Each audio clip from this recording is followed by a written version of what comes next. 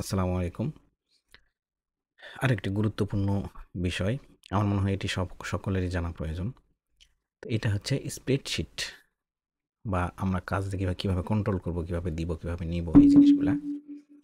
তো এইটা আমরা স্প্রেডশিট বলি। এটি Google ড্রাইভে গেলে একটি পরিষেবা পাওয়া যায় বা সরাসরি spreadsheets.google.com এ গেলে বিস্তারিত এটা পাওয়া যায়। তো এখানে এক্সেল শিট আরকি স্প্রেডশিট এটি। এইখানে বেশ কয়েকটি ভুল ধারণা আছে এবং এই ব্যবহারের ইউজেবিলিটি আছে। এই ইউজেবিলিটিটা একটু আলোচনা করব আমি খুব শর্টকাটে। দেখেন এখানে অনেকগুলো ফাংশন আছে, লাইক একদম মনে করেন যে এক্সেল শিটের মতো। পুরা একটা এক্সেল শিট, কিন্তু কিছু অপশনগুলা একটু ভিন্ন রকম। যেহেতু এটা অনলাইন, সেহেতু এটাতে অনেক মেকানিজম থাকে যেগুলা সিঙ্কের ক্ষেত্রে একটু হয়। সুতরাং সরাসরি এটা না। তাছাড়া ওইটা হচ্ছে মাইক্রোসফটের, এটা হচ্ছে গুগলে, সরাসরি তারা ওটা দিতে পারে না। যাই হোক, এখন আমাদের এখানে এই স্প্রেডশিটটা আমরা অনেকের সাথে শেয়ার করতে পারি। একই সাথে এখানে ক্লিকের মাধ্যমে অনেকের কাছে এটা শেয়ার করতে পারি। ইমেইল দিয়ে বা লিঙ্ক দিয়ে বিভিন্নভাবে শেয়ার করতে পারি।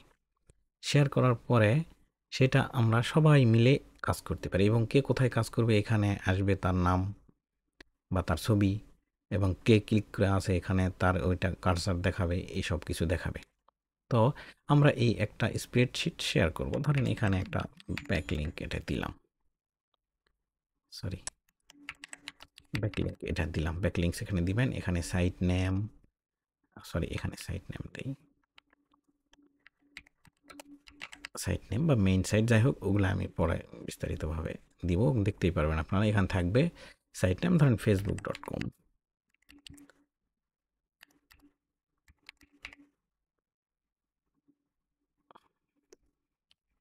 facebook.com আর ব্যাকলিঙ্ক হচ্ছে এখান থেকে facebook.com।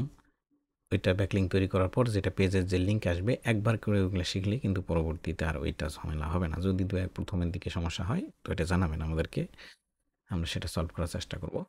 তারপরে হচ্ছে এই যে ডিএ, তারপরে হচ্ছে প্রুফ হয়তো থাকলো, এরকম অন্যান্য যে আনুষঙ্গিক বিষয়গুলো থাকে, বা যদি প্রয়োজন হয় থাকলো, না হলে লাগলো না।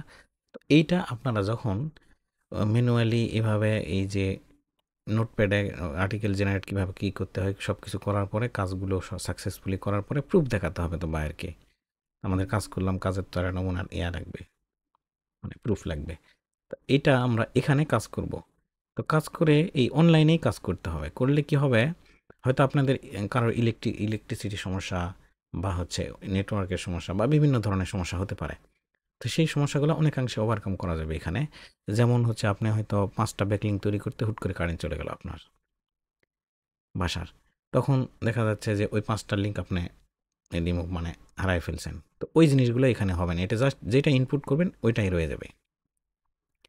এটা সবচেয়ে বড় একটা সুবিধা। আর আপনাকে কাজ এক্সট্রা করে জমা দিতে হবে না। শুধু আপনি যদি মেসেজে বলেন যে ভাইয়া হয়ে গেছে, ওকে, ওইটা আমরা ওখান থেকে নিতে পারবো, নিয়ে চেক করে করতে পারবো। আর আরেকটা গুরুত্বপূর্ণ বিষয়, সেটা হচ্ছে এই যে নিচের যে অংশটা আছে এখানে, এটা পুরাটা হচ্ছে স্প্রেডশিট। আর এখানে হচ্ছে শিট 1, এখানে প্লাস বাটনে ক্লিক করলে শিট 2, এগুলো আবার রিনেম করা যায়, এখান থেকে রিনেম করা যায়। যেমন হাইডিয়ে, এখানে যদি হাইডিয়ে 10 লিঙ্কস আমি দিই, তাহলে দেখেন এখানে 10 লিঙ্কস নাম হয়ে গেল। তো এই 10 লিঙ্কস এই শিট, আমি হয়তো অনেক সময় বলতে পারবো 10 লিঙ্কস ওই শিটে। এটা একটা স্প্রেডশিট শেয়ার করলাম আর বাকিগুলো সব আমরা এভাবে কন্ট্রোল করলাম। হয়তো একটাতে রাখলাম হচ্ছে পেমেন্ট, একটাতে রাখলাম পেমেন্ট। আমার সেক্টর হয়তো একটা নাম্বার দিলাম, সেখানে একটা পেমেন্টের হয়তো ডেট দিলাম, এখানে ডেট, তারপরে হচ্ছে কোয়ান্টিটি, যাই হোক এখানে লিঙ্ক কোয়ান্টিটি, তারপরে হচ্ছে পেমেন্টের মাধ্যম, কাতে দিয়েছি না দিয়েছি, এই যে সমস্ত জিনিসগুলো থাকলো, বা ডিও থাকলো কত, এই হিসাব নিকাশের জন্য আমরা এটা এখানে রাখলাম। তারপরে আমরা ইচ্ছা মতো এখানে কাজ করলাম, ডিলিট করলাম, কাজ করলাম। প্রয়োজনে এখানে আরও অসংখ্য শিট নিতে পারি আমরা, কোনো সমস্যা নেই, যত শিট প্রয়োজন আমরা নিতে পারি। এভাবে আবার অনেক সময় এটা পুরাটা ডাউনলোড করে হয়তো সেভ করে রাখা যায়। তো ওইটা অনলাইনে থাকাই সবচেয়ে সেফ। তো আপনি চাইলে রাখতে পারেন। তো এই বিষয়গুলো একটু বুঝতে হবে। যে হয়তো বললাম যে অমুক সিটে আছে, তখন বোঝা যাবে অমুক সিট কই, মাথা ঘুরে গেল। তখন কাজ পাইতে মনে করেন যে কাজ শুরু করার আগে যদি মাথা ঘুরে যায় তাহলে কাজ আর কত দূর করা যাবে। এই টাইপের টুকিটাকি বিষয়গুলা, এই বিষয়গুলো একটু বুঝতে হবে। আর যদি একান্তই সমস্যা হয় তাহলে অবশ্যই নক দিবেন বা বলবেন যে এই সমস্যা। আমার মনে হয় একটা সমস্যা একবারই হবে, ওইটা একবার সলভ হলে আর তো কিছু হওয়ার কথা নয়। তো এই বিষয় ছোটো বিষয়গুলা আর আমরা এখানে শেয়ার করব, যে শেয়ার করবে সেই অনুযায়ী সে এখানে দিবে, মানে পেমেন্ট করবে। আর কোনটার জন্য কত পেমেন্ট করবে, কী সমস্যা, ওগুলো বিস্তারিত যখন কাজ দেওয়া হবে তখন কথা বলে নিয়ে ওখানে দেওয়া হবে। ওইটা নিয়ে আসলে এভাবে বলা যাচ্ছে না, কারণ এক একটা প্রজেক্টের জন্য এক এক রকম বিলিং হয়ে থাকে। কারণ একটা ধরেন যে আমি একটু এক্সপ্লেন করি, যেমন একটা $5 যদি একটা সার্ভিস আমি সেল দিই ফাইবারে বা হচ্ছে যে কোনো ওয়েবসাইটে, এসিও ক্লার্কে, সেখানে দেখা যাচ্ছে যে $4 আমার থাকে ওখানে। তো $4 থাকে, সেইখানে আবার ওই ডলারটা উইথড্র করবো যখন, তখনও একটা কস্টিংয়ের ব্যাপার-স্যাপার থাকে। এরকম যখন হয় তখন 50টা ব্যাকলিং যদি আমি এরকম $5 বা $4 দেই, তো সেখানে দেখা যাচ্ছে কিন্তু বড় একটা আছে, মানে মানে কত দিব কাজ করে নিয়ে, কত রাখবো, এইটা একটা কনফিউশনাল বিষয় হয়ে যায়। এবং প্রত্যেকেরই একটা স্ট্র্যাটেজি থাকে যে কত পার্সেন্ট সে কাছে রাখবে আর কত পার্সেন্ট কিসের জন্য খরচ করবে। এর ভিতরে আবার অনেক কিছু থাকে, এই লিঙ্কগুলো ভেরিফাইড করার জন্য আবার অনেক কিছু অ্যাড করতে হয়। যাই হোক, এক একজনের মার্কেটিং পলিসি এক এক রকম। আবার ধরেন ওই $5 যে বিক্রি হবে সব সময় তা নয়, ওটা অনেক সময় $2 বা $1 বিক্রি করতে হয়, মানে প্রতিটা অর্ডারের উপর ভিত্তি করে। তো সেই ক্ষেত্রে দেখা যাচ্ছে যে ধরেন আমি যদি আপনাকে কাজ দেই, তাহলে আপনার আমার সাথে যে কন্ট্রাক্ট হবে সেটাই ফাইনাল।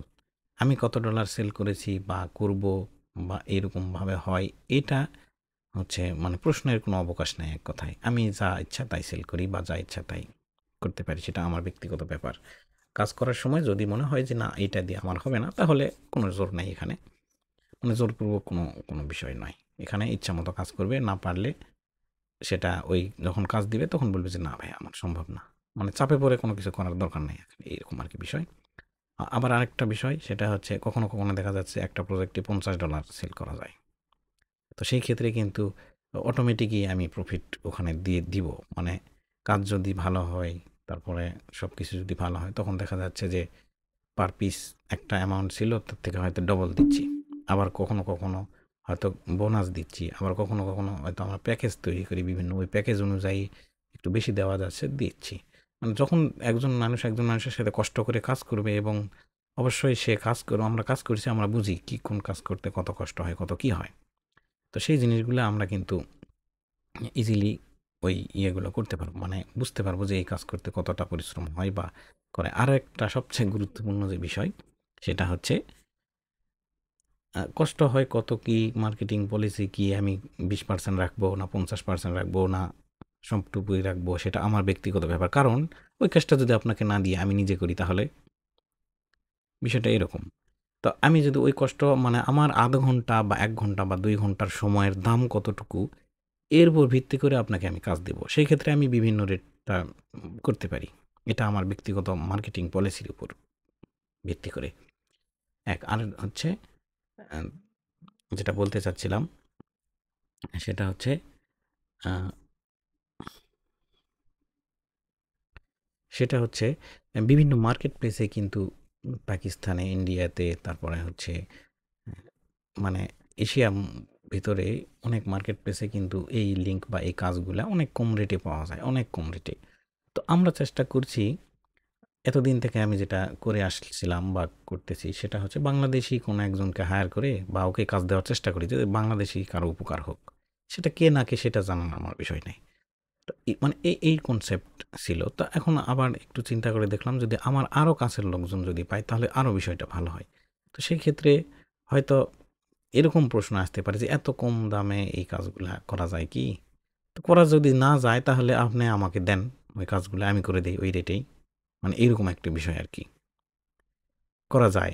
এজন্য বলতেছি যে ওইটা ভাবার অবকাশ নাই যে কম হয়ে যাচ্ছে দাম বা করুন। মূল্য কম হয়ে গেলে আপনি অন্য অপশন খুঁজতে পারেন। এখানে তো মানে কাউকে কোনোভাবে বাধ্য করা হবে না। তো যাই হোক, আমি হয়তো বুঝাতে পারলাম না আসলে বিষয়টা, এক্সপ্লেইন ভালো হয়তো করতে পারলাম না। যদি কোনো প্রশ্ন থাকে সরাসরি হোয়াটসঅ্যাপ করবেন অথবা নক দিবেন আমাকে এখানে। বা হচ্ছে যোগাযোগ যার সাথে যখন হবে এরকম বিষয়। আর যদি কোনো প্রশ্ন থাকে ওই টাইপের যে পেমেন্টের বিষয় এটা বা এটা করতে হবে, সেটা কাজ শুরুর আগে সব কিছু কথাবার্তা ঠিক করে নেবেন। নইলে কাজ করে পরবর্তীতে একটু মন খারাপ ওইটা করা যাবে না। যদিও এগুলা ছোট, ছোট প্রজেক্ট অতদূর পর্যায়ে না যাওয়ারই কথা। কিন্তু তারপরেও হয়তো দেখা যাচ্ছে যে ১ টা ২ টা মানে ৫-১০ টা প্রজেক্ট পেমেন্ট আটকায় রাখছি। তারপরে বোঝা গেল যে না আমাকে এতে দিতে চাইছিলেন এত, এইটা একটা অন্যরকম একটা পরিবেশ হয়। সুতরাং যত রকম কনফিউশন আসে সব কনফিউশন মানে কাজ শুরুর আগেই করা অতীব জরুরি। তো এইটা একটু মাথায় রাখবেন এবং ভালো থাকবেন সবাই। ধন্যবাদ। আসসালামু আলাইকুম।